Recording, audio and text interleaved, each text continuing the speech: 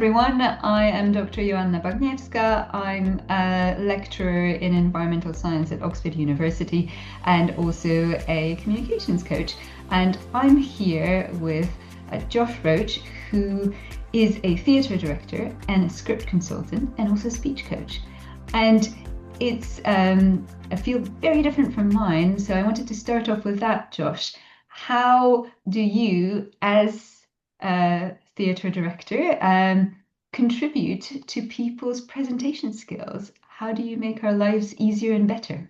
Yeah, sure. So, well, first of all, thanks for having me. Yeah, what's really interesting, I think, about the crossover between theatre and the rest of the world is that they're just theatre is based on the behaviours of the rest of the world. So you think of them as completely separate because one is an artificial representation of real life, but all of the things that theatre does are just trying to replicate real life itself.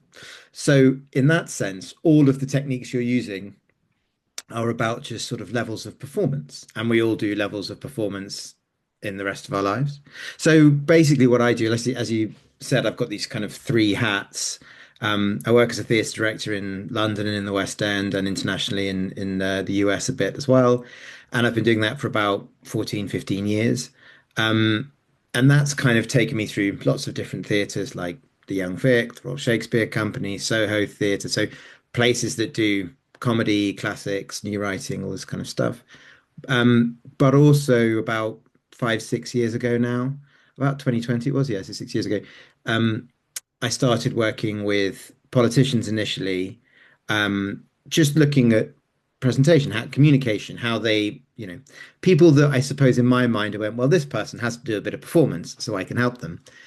And then suddenly realized that actually everybody has to do a certain amount of performance in every job they do. And then realized that the skills in theatre are sort of more useful outside of theatre than you would imagine, I suppose. Excellent. And so is um, is storytelling a part of what you'd bring into this coaching? Because if you Yeah. work with theaters and if you work with scripts, that's all about stories. So if you were to walk us through the kind of mechanics of storytelling and how it fits in with our daily lives, from elevator pitches to longer presentations, just to break down what makes a good story and what would make you want to read it more as someone who reads a lot of scripts. Yeah, absolutely. Yeah, great. So uh, I think what might be a way into this is also just to talk briefly about what modern theatre directing actually is, Mhm. because most people don't really know, or they go, what's the difference between a director and a producer or whatever. As a director, what you're doing is you are the first person that engages with the script, either from the writer or if the writer's dead, you pick up a revival and you look at a Shakespeare play. And from that moment, you're then building the production. So hiring designer, lighting designer, sound designer, casting the actors, and so on. So a massive part of what we do, there's two really big parts of what we do. One is understanding story, understanding the constructs of story, what makes a story compelling, what means makes the stakes active, what makes a good play. And the second part is people management, because it's getting a huge team together to try to make the thing happen and working with actors. But on the storytelling part of it, so what I did early on in my career is I worked at Soho Theatre as the literary associate. Now, what the literary associate does is they basically read the unsolicited scripts. So that means that somebody wants to send their play in, they don't have an agent, they're not represented, they're not a professional playwright, they just send their script in. And so for about 4 years, we read about 600 scripts a year. And I didn't read every page of every script. I usually read the first 20, 30 pages. And then if it was good by that point, I would finish the play. And so I have read a lot of different stories. um, and what you begin to realize is that all of these stories are constructed in the good ones are constructed in the same way.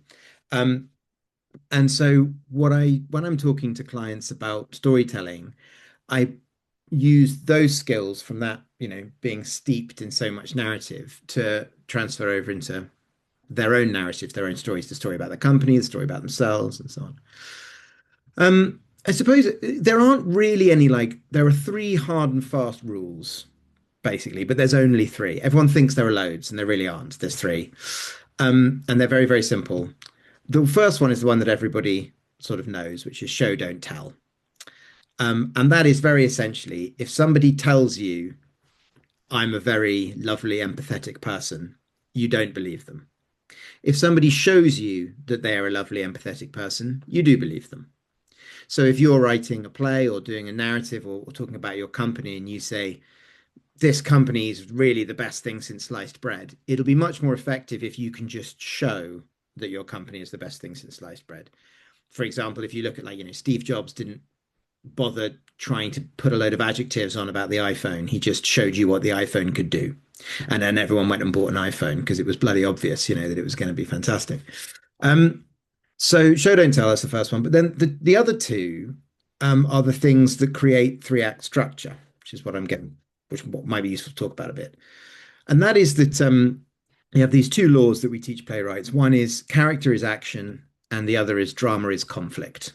Okay, so what do these things mean? Basically, they mean that drama is conflict means that if you have two people and they come into a room and they agree about something, there's no story.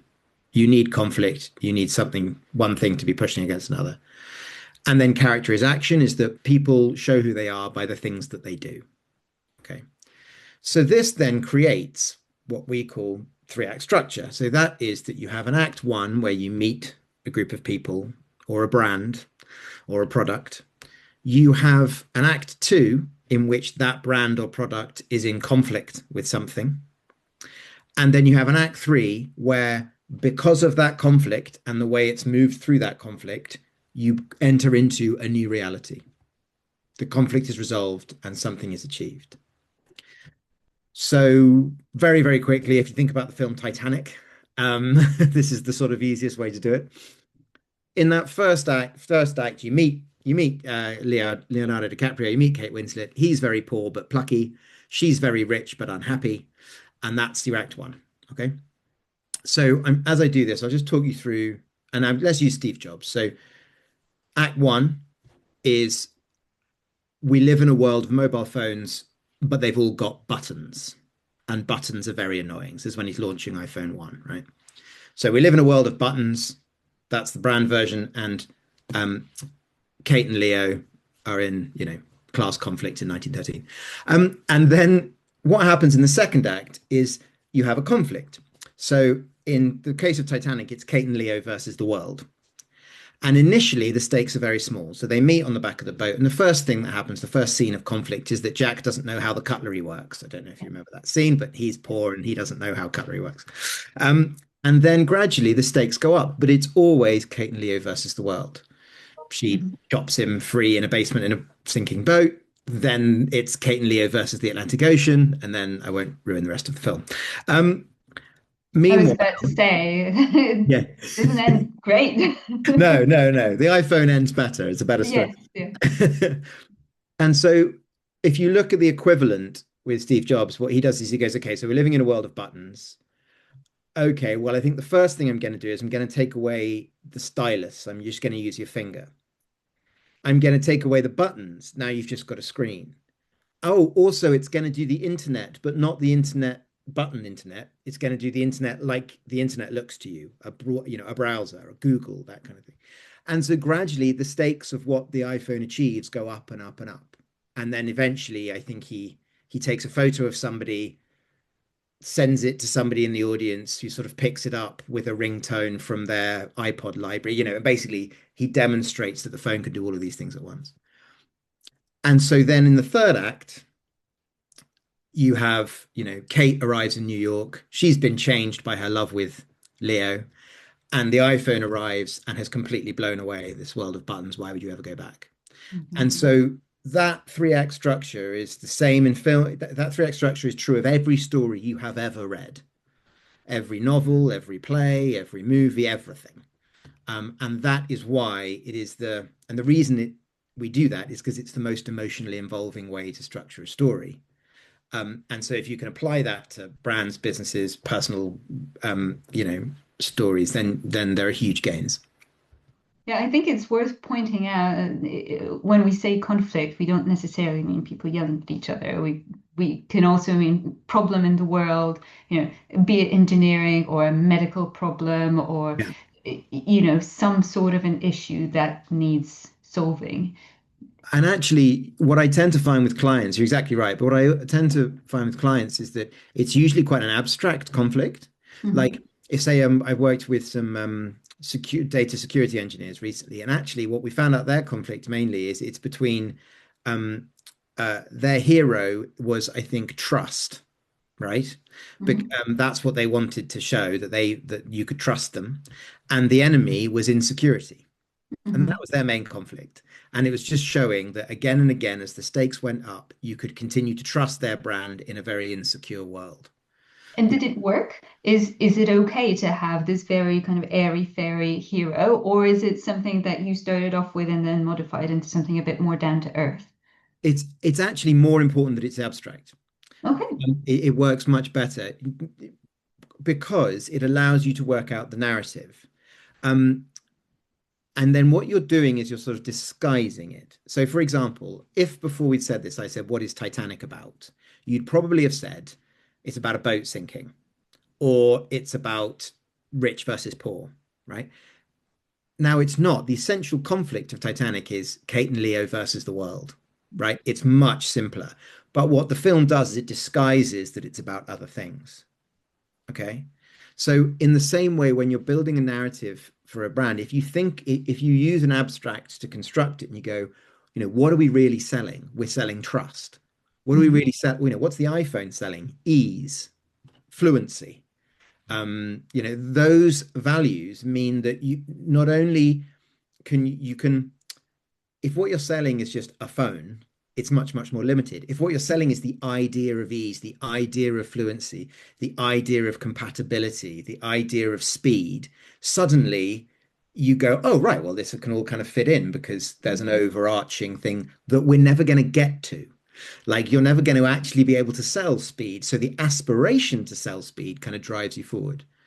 And I think it's good to work out in a brand what it is that you're selling on a human level, what it is that you're trying to give people on a human level, um, and an emotional level. Like, what does it feel like for your life to get easier? Well, it feels pretty great. That's the thing that you're selling with the iPhone.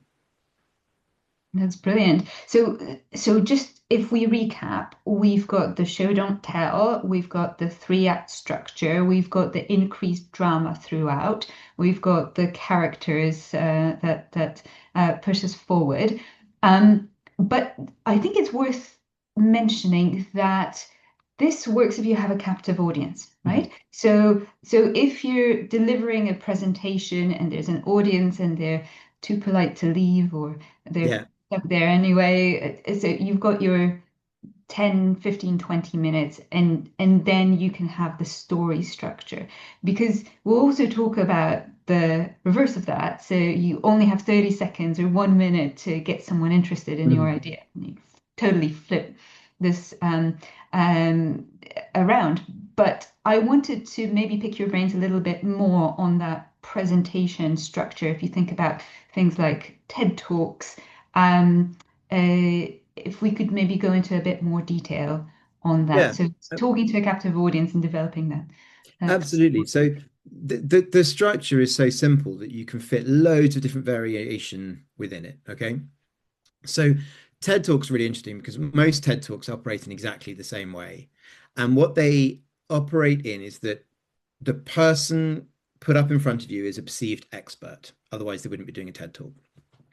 And so, of course, the first thing they do is they start talking in a collective noun, usually. They say, what I want to do for you today and what we are going to look at, we, us. They kind of say there is this question, and it always kicks off. That's their act one. And it's a question usually like, have you ever wondered why X, whatever it might be? Have you ever wondered why poverty is so intractable? Have you ever wondered why it's so difficult to travel to planets or whatever it might be? They ask the question that they know you don't have the answer to. And that's their act one. And once you've sort of bitten on that question, they then go through and start explaining in a very sort of structured increasing stakes, how the answer to this question might unpack itself. So that by the time you get to the third act, that question you didn't think was solvable has been solved by them, and they did it for you. Do you see what I mean? So it sits within this kind of frame of generosity that we're just solving something together. Yeah, this is lovely to think about. Is it that thanks to you as the speaker, the audience is now smarter? Yeah. Because very often, at least in academia, I see experts coming out and delivering a talk which is often so full of jargon that the audience is lost at the beginning. Yeah. And the only person who feels smart in that room is the speaker. And the audience feels small and stupid and resentful, which is, of course, not the feeling you want to leave them with, right? Absolutely. And this is, I mean, this is all we do in acting training is thinking about not necessarily the information, but the way in which the information is being put across. If an intelligent person stands in front of you and they dumb themselves down, their language down in order to help you, you feel great about that person, and you probably have a greater insight into their intelligence as a result. If the person in front of you is sort of resistant to that or determined to use their own very complicated language, then they will seem removed and they will stay removed because they're not trying to help you. And so you don't warm to them, and eventually you switch off and you don't listen to them. You know, we are really social beings. I say this a lot in my sessions, but basically people don't listen to people they don't like. It's the if you think about it in politics, you know, people a little less now, but they used to talk about the fact that, you know, Bill Clinton, you'd want to go for a pint with him. He's the kind of politician you could go for a drink with, was a big thing. Now that's the same element. It's like he's saying the same things about, I don't know, tax cuts or this, that, and the other, but there's a way of him saying it that makes you trust the information, listen to him, and think about what he's saying. I think, you know, for better or worse, in my mind, for worse, there are politicians around at the moment that have this great gift of authenticity. They are, when they say anything, even if it's a bald-faced lie, it looks like it's authentic. And so as a result, you listen to them because they are brilliant at performing authenticity. So it's a really interesting thing. But the TED Talk is kind of framed in that question way. But then you could do it in another way, which might be, say you take the example of you're taking over a company that's uh, you're coming in as the leader of a company that hasn't been going so well recently. Okay. And what they really need there is a strong hand on the tiller and leadership. If you start with going, there's a question we're all trying to solve, that's probably not going to go down too well. Whereas if you go in and you go, don't worry, I've got a plan. I'm here. I want to listen to you, but I do have a plan. That's your act one. Your act two is here's the plan and here in the increasing stakes for all the ways I'm going to do it. And then your act three is so get on my back, let's go. You know, I'm going to help you. I'm going to carry you out of this place and we're going to get somewhere better. So act three act structure applies whatever the context. Yeah. Yeah, that's really really fascinating, and it can be so applicable in so many different settings. Okay, so so we've looked at the presentation. You know, go out there, be trustworthy, have your set out structure, and then also be clear about what it is that you're trying to say. Don't lose the audience along the way. What if the audience doesn't know yet that it wants to come to your talk? What if you want to lure them in? Yeah. How would you do that? So how would you do like a teaser trailer? So don't give it away yet, but come to my talk and you'll find out more. Right. So this is the sort of elevator pitch or the hook is sometimes called teaser trailer, same thing. And essentially what you're trying to do there, I think the elevator pitch is a great way to think about it. The elevator pitch, that phrase comes about from the idea it started in the 80s, I believe, or maybe the 70s, but it was that you had two floors. You have two floors to say to somebody who you are or what your idea is, or whatever. And the idea is that when the elevator doors open, they will then continue the conversation with you. Nobody ever imagines that you get to the end of the elevator pitch and then they like offer you a contract, you know. So hooks, elevator pitches, they are a way of you're trying to get to a conversation. As a result, it needs to inspire curiosity. Okay. So to go to sort of wear my two hats for a minute, the way I talk about this with clients is I talk about famous film pitches, right? So there's one, the very famous one is it's Jaws in space, right? Now, even if you don't know what the film is, Jaws in space, two things happen. You go, that sounds terrifying. And secondly, you go, but how? Sharks don't exist in space, so what's the shark going to be? And also, I don't really know how can you swim around in space. Now, the film is Alien, Mm. where there is literally a spaceship floating in the lost bit of space, just like in the middle of the ocean, and on their boat there is the most terrifying of all sharks. But you need the person to explain that. So what the pitch sentence is doing is going, ask me more. Go on, ask me more. I know you want to know. Mhm. Other famous ones, Bambi in Africa, Julius Caesar in New York, which is The Lion King and The Godfather, respectively. But so you're looking for the doors to open for them to ask you a question and then to follow you. So if you take that principle and you think about show, don't tell, you've got a couple of different options here. A weak one is, have you ever thought about what it would be like to do Jaws in space? That's the weaker version because what you're doing is you're Delivering a telling the TED talk. question. Yeah, you're doing the TED Talk version. You're presuming they're already listening. Whereas if you just go Jaws in space, come ask me more, then they will. You were talking when we spoke before about being at a conference and the most effective people to get you engaged with their speeches were people who just put the facts up. Was that right? Yes, so that the context here was if you're an academic going to a conference that has a poster session, you're a little bit overwhelmed because there might be literally hundreds of scientific posters and they're all screaming, read me, read me, read me, and they all have amazing visuals and because that's their job and some really cool graphs and whatever you find attractive. Um, and some of them are teaser trailers where the title says, the investigation of this and that. Okay, well, that's interesting, but what did you find out? But others, I think the more effective ones will tell you a little TLDR, so too long didn't read. If I am to take one thing from that poster, it's already in the title. So if I want to know how you got there, I will approach you, I will approach that poster, read it in detail, and talk to you as the presenter. So it allows the audience to make that choice if they are interested in it or not. Because if they're not interested in it, you don't really want to talk to them because it's wasting both of your time. Yeah. Whereas if you want to have a meaningful connection out of it. It's Um, the, so so it's not quite an elevator pitch in that sense that you described of a hook. It's a here's a snippet of it's more like a tweet when or a headline mm, uh, where you find out that something has happened. You could be happy with just that and not click on it, or you want to know more and then you approach or you click or you yeah. read. Yeah. So great. So the reason I think it's really useful because it's that example has that you actually use the words that I use when I'm teaching hooks and elevator pitches and stuff, which is headline, paragraph, conversation. Those are the three. And so it should feel a bit like Russian dolls, like everything should be included in Jaws in Space, but they've got to ask the question. And then the second part is, well, there's a few people lost on a spaceship and they're floating through, blah, blah, blah, blah, blah, blah, blah.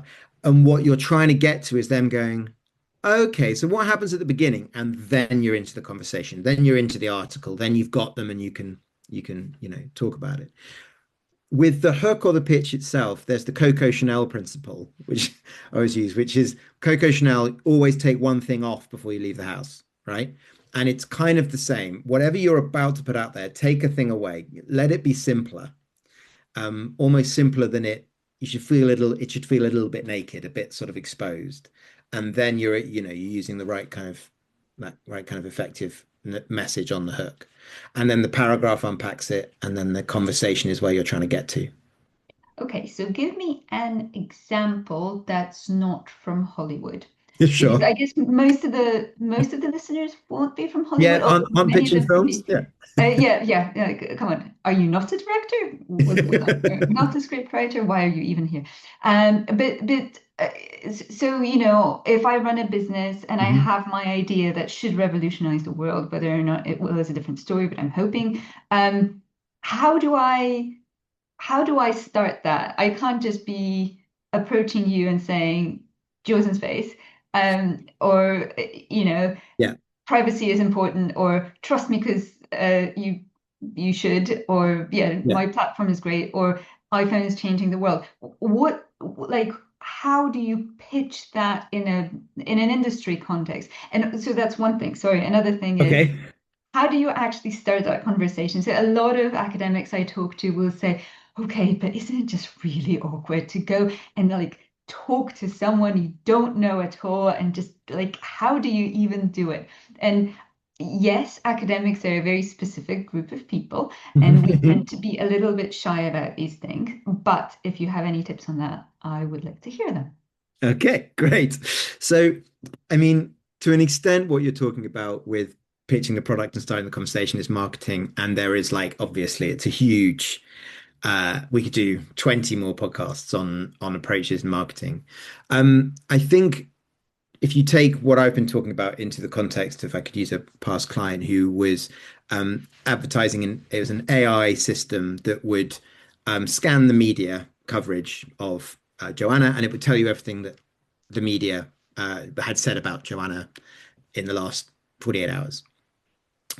So you've got a bunch of possible hooks there, but what you eventually want to get down to is, do you want to know what people are saying about you? That's kind of the hook. That because the answer to that is yes, obviously. Mhm. Whether I'm a business, whether I'm a person, whether there's an emotional pull of that, do you want to know like exactly what they're saying about you? And then the paragraph underneath that one, if the once they have figuratively either they've clicked the link, they've walked over to your stall, they've asked for a coffee, whatever it might be, that next stage, the paragraph is there is more media out there than there has ever been before. You cannot possibly hope to read everything about yourself or to know what your media coverage is. Also, it behoves you to know what the media are covering if they're not covering you. Are your competitors, what share of the media do they have? Are you getting 5% or 6%? They have these amazing statistics. Like there was a moment where Donald Trump accounted for 6% of all of the world's media. So you're in this. So what they were going was like, we can give you knowledge. Do you want to know? Here's the tool. This is how it does. And you've got no hope without us. And then the third stage is that person going, okay, well, how does it work? And then they can go, right, well, you would sign up, we would do this, da da da da, and then you can start going through your marketing points. So if in some ways it goes right back to the 3 act structure thing we were talking about. If you know what the essential conflict of your narrative is, are you trust versus insecurity? Are you ease versus difficulty? Are you, in this case, knowledge versus ignorance? Yeah. Once you've got that conflict, it's quite easy to work out what the hook is because you're going like, do you want to know? Do you want to be comfortable? Do you want to trust the world more? And the obvious answer is yes. You Mhm. can phrase those questions in more evocative ways, and that's what your marketing department's for. But in terms of once you know your 3 act narrative, then it's all kind of easy after that. And then in terms of human conversations with other humans, so I think this always amuses me a little bit when I get this question because in theatre we spend so much time trying to replicate the behavior of other humans, and then in the world of business, everyone does their damnedest to appear non-human. Like humanity is seen as to be this sort of weird negative, where and professionalism fills in this gap where people become incredibly performative, very unnatural, very wooden, because what they're trying to do is protect their own sort of pride or their own feeling of vulnerability. And so everyone gets very confused because then once they've done that, they go, this is the professional persona, and they sort of put this shell on the outside. They then realize they can't reach anybody through the shell. And it's like, well, how do I do that? And the obvious answer is, how would you like to be approached? That's it. How would you like somebody if I had some information that or a product or a service that was going to be very valuable to you, and you didn't know me from Adam, how would you like me to approach you? Well, you probably want somebody to come up relatively politely and go, "Excuse me, are you interested at all in this thing?" And then you might go, "Oh, yeah, actually, I am," within a context. And you go, "Oh, well, actually, turns out we've da da da da da da." So, person to person, the most useful thing you can do is just go, how would I like to be treated? Do unto others as you would have done unto yourself. Like that's a great principle to work with. And it applies all the way through into non-personal communication. Digitally, how do you want to be approached? You don't want to pop up. You don't want it to be too aggressive. You don't want it to get in the way of things you're interested in. You do want it to be gentle, suggestive, targeted, not overt, blah, blah, blah, blah, blah. So yeah, it's respecting the fact that we're actually humans, if that doesn't sound too simple. No, that's great. That's great. It's also interesting when I talk to early careers researchers, and they're very intimidated when it comes to approaching very senior professors.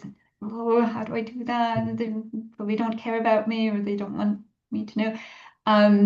And at the last conference I've been to, I had that. Fangirl moment because there was a professor I respect a lot and I know from publications, but not really in person, who was on my radar. And I was thinking, do I approach? Do I not approach? I know that he makes some really good content, teaching content on YouTube. And I thought, I'm going to go and tell him that because who doesn't like to be told that their content is good? Like, I can't fail here. So I went and I talked and we had a lovely conversation. It was great.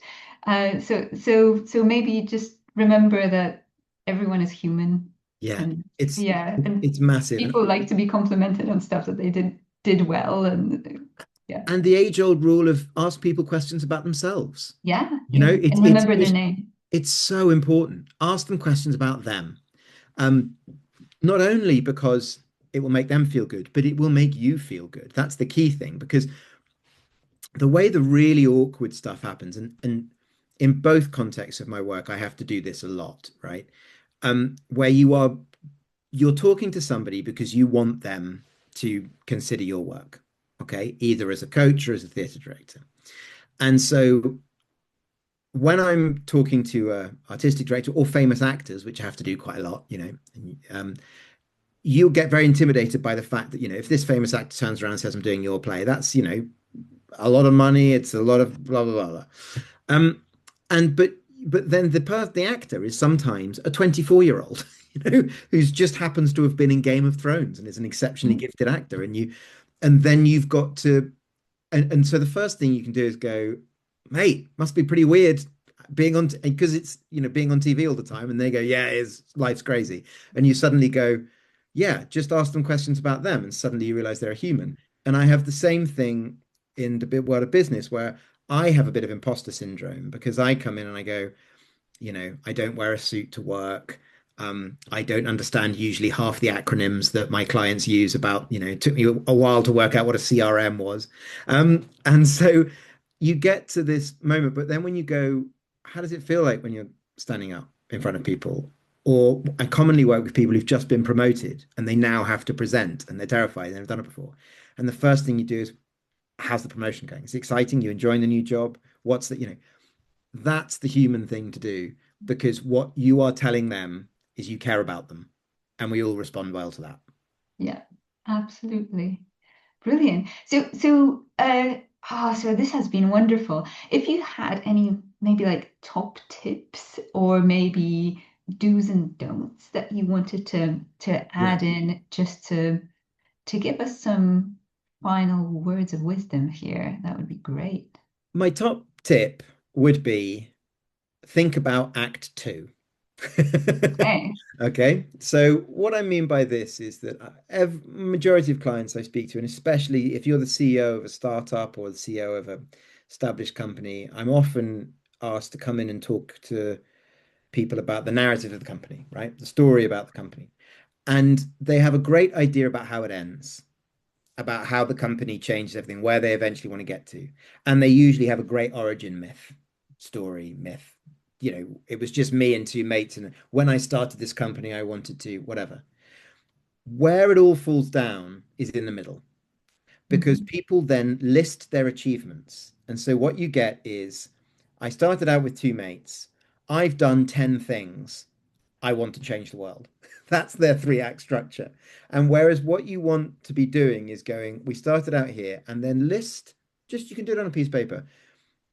List the achievements of your company or yourself or your brand or however you want to talk about it, with the lowest stakes first. So, Leo with the cutlery, and the highest stakes at the end, your biggest achievement, surviving the sinking ship, and then you want to escalate up to that point if you've got the space to.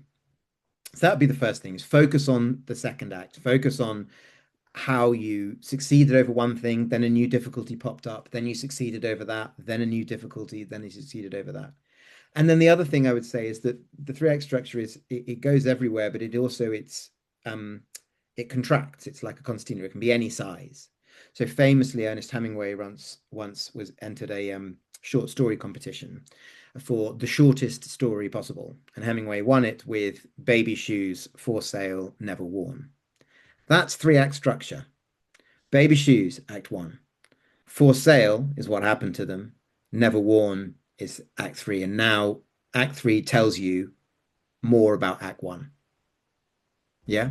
So once you've got it in a 20-minute narrative, you can also get it down into a 5-minute narrative, and down into an elevator pitch, and even down into a 1-sentence hook. So that's my top tip. Focus on the second act. Brilliant. Thank you so much. And I'm also, just to give everyone a heads up, talking to Josh about the mechanics of communication. So if you are already quite happy with all your acts and now want to know a bit more about how to perform, then tune in to our other podcast. Thank you so much, Josh.